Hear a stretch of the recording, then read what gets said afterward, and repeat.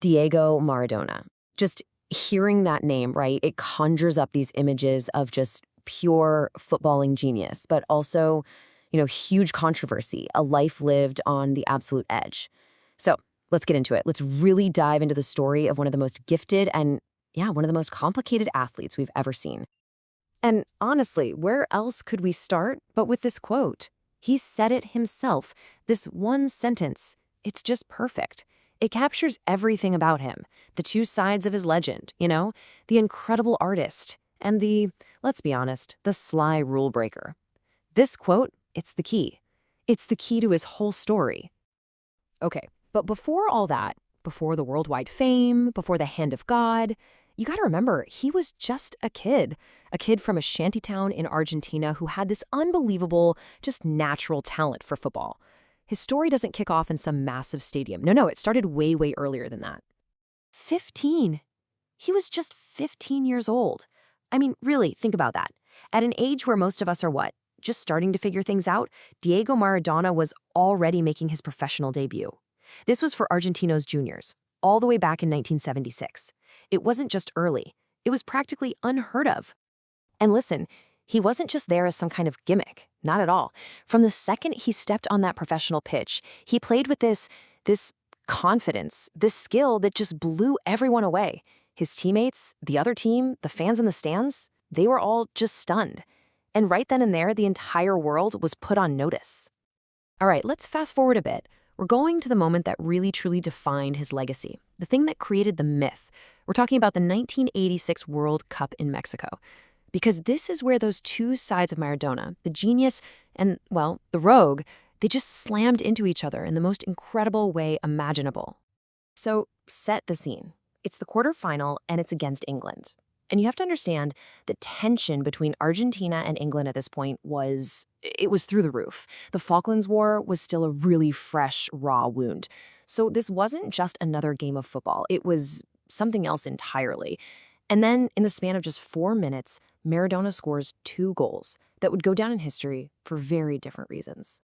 And this is just wild when you see it side by side. First up, you've got the hand of God. I mean, it's blatant cheating, right? He basically punches the ball into the net, and somehow the refs just miss it. Then, just a few minutes later, you get the goal of the century, an absolutely mind-blowing run, dribbling past what feels like the entire English team.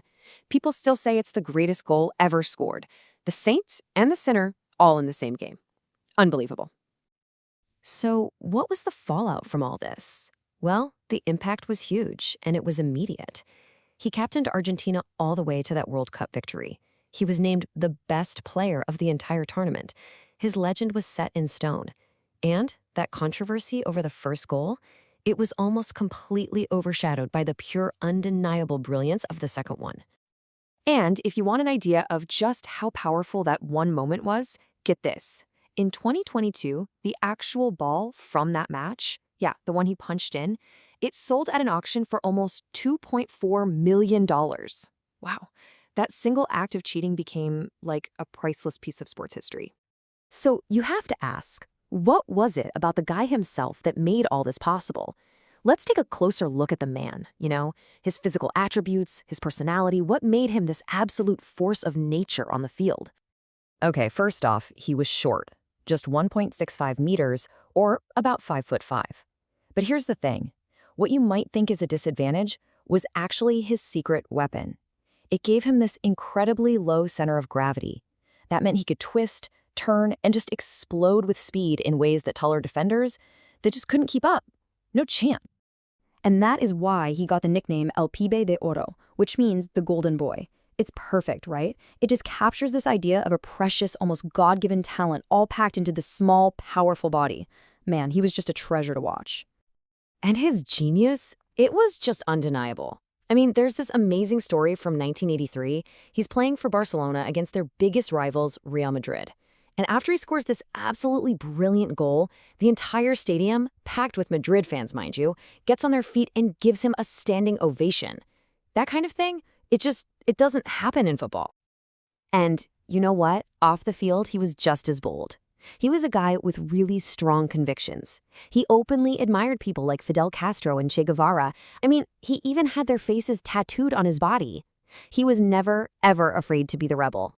So when you put it all together, this unbelievable talent on the one hand and this rebellious spirit on the other, it meant Maradona became way more than just a football player. He turned into a true cultural icon. And for a lot of people, he was something even bigger than that. And you see this nowhere more than in the city of Naples in southern Italy. See, Naples was always looked down on by the rich clubs in the north. Their team, Napoli, they were always the underdog. But then Maradona shows up, and he almost single-handedly drags them to 2 Italian league titles and a European trophy. He became this symbol of hope, of defiance for the whole city. And even today, they worship him there.